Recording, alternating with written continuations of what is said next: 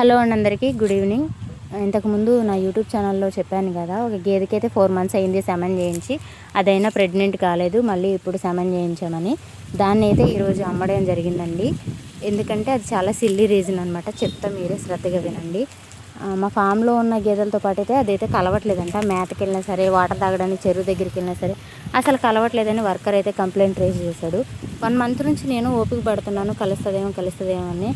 అదైతే కలవట్లేదండి. వర్కర్కి అయితే చాలా ఇబ్బంది అవుతుంది. ఒక చిన్న దూడకు కూడా దడిసి పారిపోతుందంట. దాన్ని ఎతకడానికి మళ్ళీ ఈ గేదెలన్నీ వదిలేయాల్సి వస్తుందంట.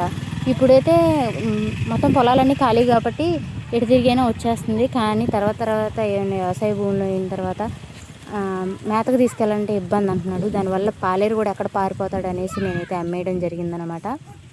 ఇది అమ్మేసిన కాడి నుంచి నాకు కొంచెం డల్ ఫేస్ అయిపోయిందండి. 1 minute ఎక్కేసింది వ్యాన్ అయితే. నేను చూస్తూనే ఉన్నాను, నాకు కొంచెం జాలేసింది దాన్ని నమ్ముతుంటే. మా డైరీ ఫామ్లోకి రాగానే దాందే ఫస్ట్ ప్లేస్ అనమాట నేను చూసేది.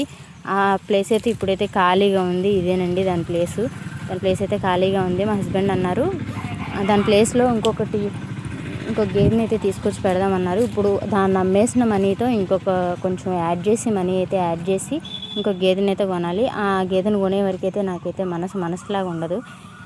ఏమో, ఎప్పుడైనా సరే మా డైరీ ఫామ్లోకి ఒక గేదెని కొనుక్కు రావడమే కానీ ఎప్పుడు అమ్మడం తెలియదు కదా. అది అమ్మేసరికి నాకు కొంచెం ఏదోలాగా అనిపించింది.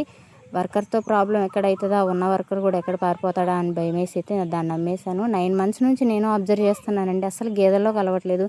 దాన్ని తీసుకొచ్చి ఒక 9 months అవుతుంది. అప్పటి నుంచి అబ్జర్వ్ చేస్తున్నాను, అసలు గేదెల్లోనే కలవట్లేదు. అసలు ప్రాబ్లం ఏంటో కూడా అర్థం కావట్లేదు. ఆ గేదె అయితే మంచి క్వాలిటీ గేదండి. ముర్రా జాతి గేదె అంటారు కదా, ఆ టైప్ అనమాట. చాలా అంటే చాలా మంచిది. దాని ఫ్యాట్ అయితే 10 వస్తుంది అనమాట. 10-11 వస్తుంది. అలాగా లీటర్కి వచ్చేసి నాకు 100 rupees పడేవి. అలాంటి గేదెని మిస్ చేసుకున్నందుకు కొంచెం బాధగానే ఉంది నాకైతే.